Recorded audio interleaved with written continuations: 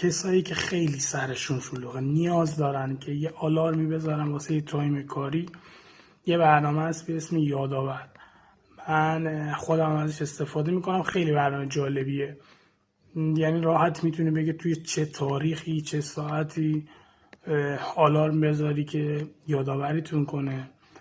تاریخ خاصی باشه مثل تولد یا هر چیزی، راحت قشنگ میتونه مثلا زمانی که قرص میخوای بخوری مثلا توی تایمی میذارین، هر روز یک بار، هفته یا توی تایم خاصی، حتی تکرارش مثلا میگه 4 ساعت یک بار، 10 دقیقه یک بار، 6 ساعت یک بار یادآوریتون کنه. من این برنامه رو بهتون میگم چجوریه، با من همراه باشین.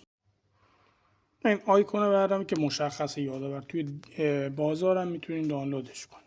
حالا این واسه گوشه اندروید.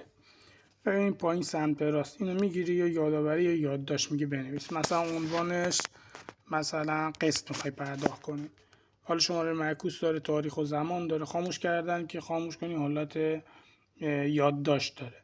این تو قسمت تاریخ و ساعت مثلا میخوای هر ماه 30 قسط بدی، ساعتشو میزنی ساعت 12 مثلا.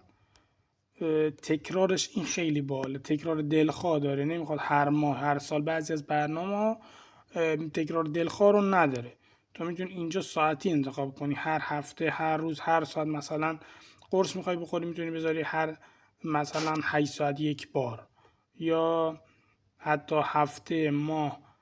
خیلی قشنگ میتونی انتخاب کنی که تو چه تایمی یادآوریت کنه. بعد اینجا هم تعداد تکرار داره، میتونی انتخاب کنی چند بار یادآوریت کنه. اولویت داره، میتونی اولویت زیاد بذاری، متوسط و کم بذاری. به نظرم ازش استفاده کنید، خیلی برنامه جالبیه.